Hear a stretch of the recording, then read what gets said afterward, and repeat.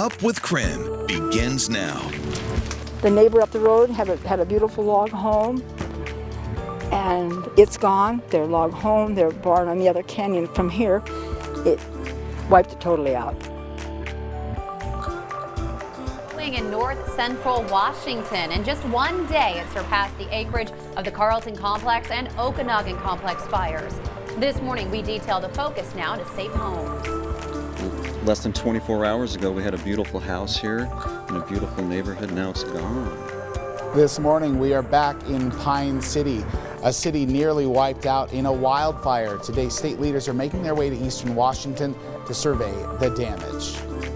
It is 49 degrees right now, a clear, beautiful day ahead. It's definitely going to get warmer. We're talking about that hot weather coming for your weekend.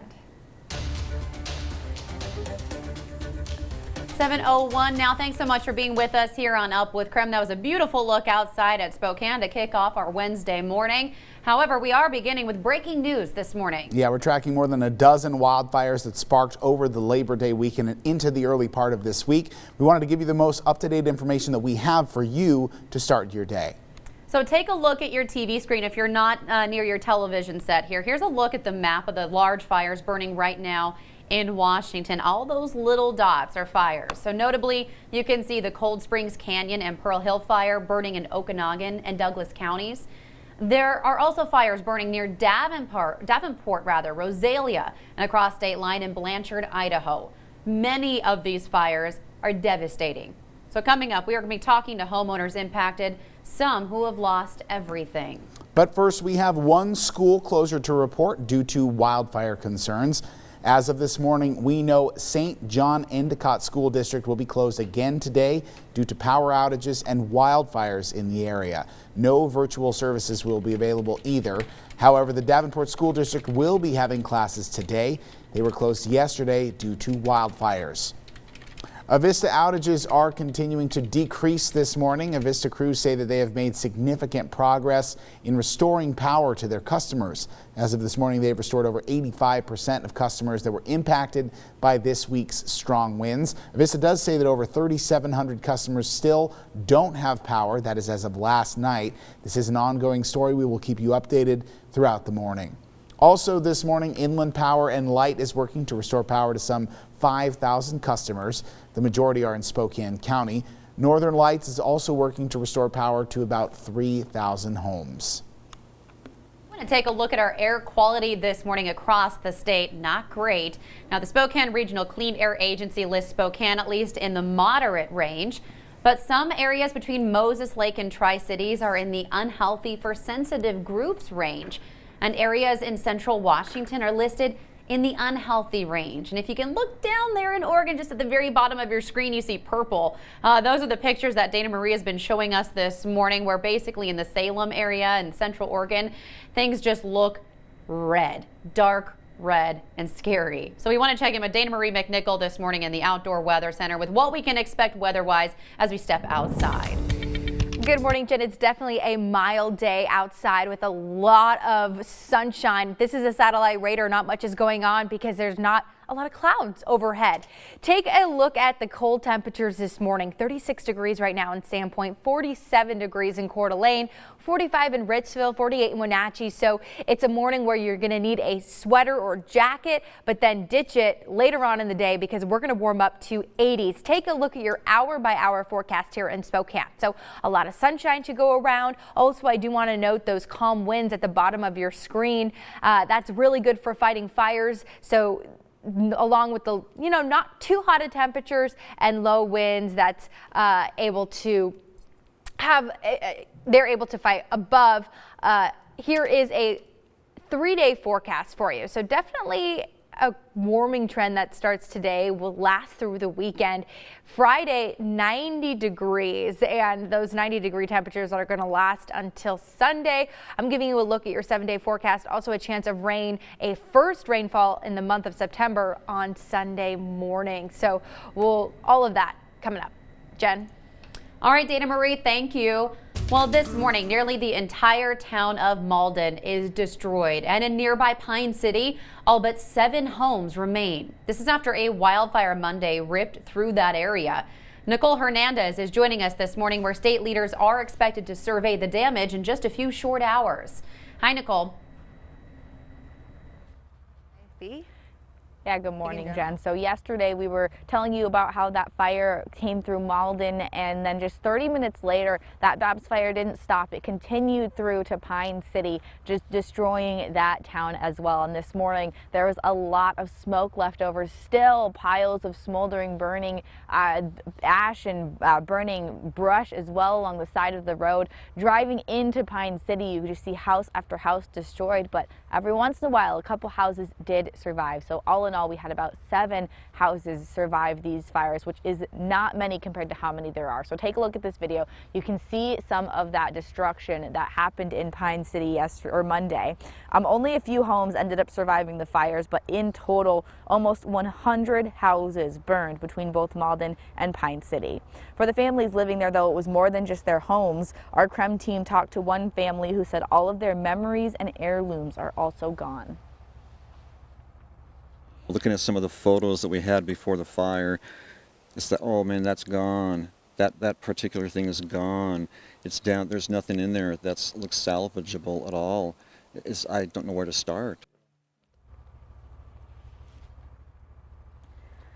They said they grabbed what they could, but they only had minutes to get out. Yesterday, crews were looking for anyone who may have been hurt in the fires, and luckily by the end of the day, they said everyone got out alive and well. But if you are concerned about any missing family or friends that you haven't heard from, you should call the Whitney County Dispatch Center. As for the actual Babs fire, it burned 8,000 acres and is still 0% contained. And now the state is working out how to get some help, some cash, some food to the families that are affected by this.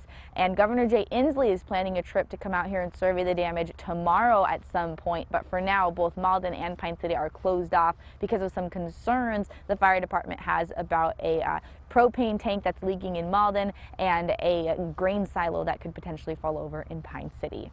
In Pine City, I'm Nicole Hernandez.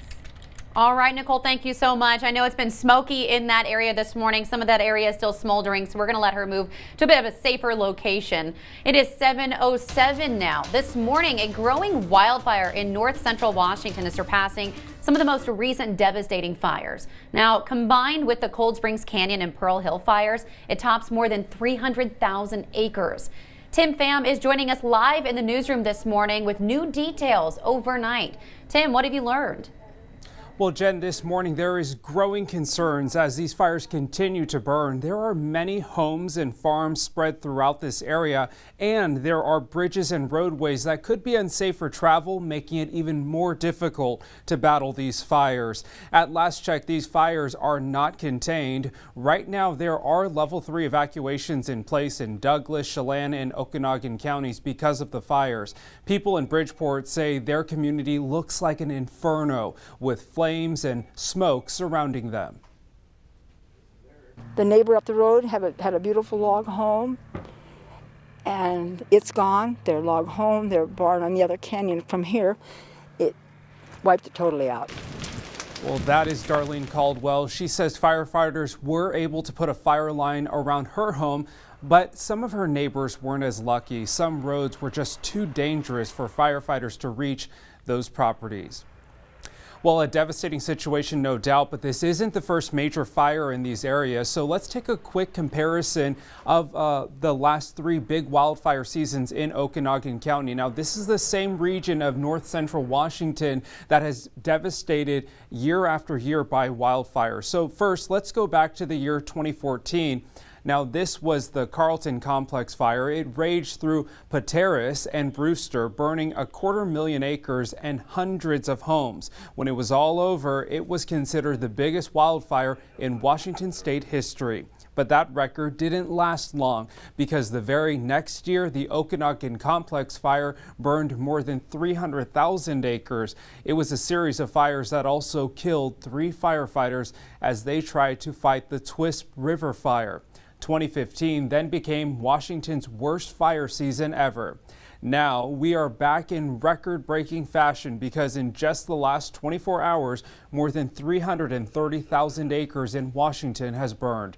And again, we know many of these victims of these fires were either uninsured or underinsured, so the impact will be devastating. We're going to keep tracking these fires and bring you updates throughout the show. Joshua? Thank you very much, Tim. We're going to take a look now at some of the other fires burning in eastern Washington and North Idaho. The Whitney fire burning near Davenport has now grown to 100,000 acres. As of last night, it is 0% contained. Level 3 evacuations are in place for the entire Hawk Creek Ranch Road. Level 2 evacuations are in place for the Hawk Creek Ranch estates. At least 3 homes have already been destroyed by that fire. We spoke to homeowners last night who say they took shelter at the Red Cross station on the county fairgrounds. If it starts, what are you going to do? Watch it burn. You just have to let go and leave. And that's what we did. I have a feeling that everything's fine. We don't know, but I just have a feeling that everything's okay. Fire crews are hoping to start containing the fire within the next 2 days. The Evans Canyon fire is still burning near Natchez, Washington. That's northwest of Yakima. There are several new road reopenings this morning across the area, as officials say the fire is about 80% contained. It's now burned over 75,000 acres, and fire officials also say the fire will now be contained by October. Any existing Yakima and Kittitas County evacuations, both at level 2 and level 3, remain unchanged this morning. Colville Tribe representatives say 3 fires are burning over 6,700 acres right now and have destroyed 4 structures in Inchelium. Now, the Fry fire near Moon Mountain was burned 750 acres. Level 3 evacuations are in place for people living near Twin Lakes and Meteor Road, including North and South Twin. This means people in those areas should get out now. The Inchelium Highway fire is burning near Hall Creek and has burned 3,000 acres. Level 3 evacuations are in place for people living near Hall Creek and Sailor Valley Road. Evacuations have been lifted for Buttercup Lane and Cobb Creek. The Kewah Field fire has burned 3,000 acres as of this morning. Level 2 evacuations have been issued for people living in Kewah Valley. This means you should be ready to leave at a moment's notice. Looking across state line now, crews are working to contain a wildfire burning near Blanchard, Idaho. It's about 700 acres in size. The Hunter 2 fire crossed Highway 41 to the Stone Ridge Golf Course area. As of last night, the west side of the Highway 41 that is open. Restrictions and evacuations are lifted for all areas west of Highway 41 through to the Washington state line. As for all road closures and evacuations east of Highway 41, those still remain this morning. Well, there is help for anyone displaced by a wildfire. The American Red Cross can help provide shelter and food assistance. This year, volunteers, though, have the added challenge of keeping people safe in a pandemic. You know, our focus is on everybody's health and safety, and so instead of our typical congregate sheltering like in a high school gym or at church, we're focusing on hotel sheltering. So we're able to provide shelter for folks, but keep them separated to their families. So that's been our primary focus, keeping everybody safe.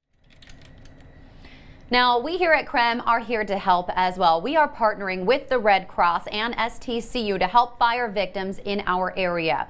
You can donate in a few different ways to people who have lost close to everything. You can donate online to the Red Cross. You can also donate at a local STCU drive-through.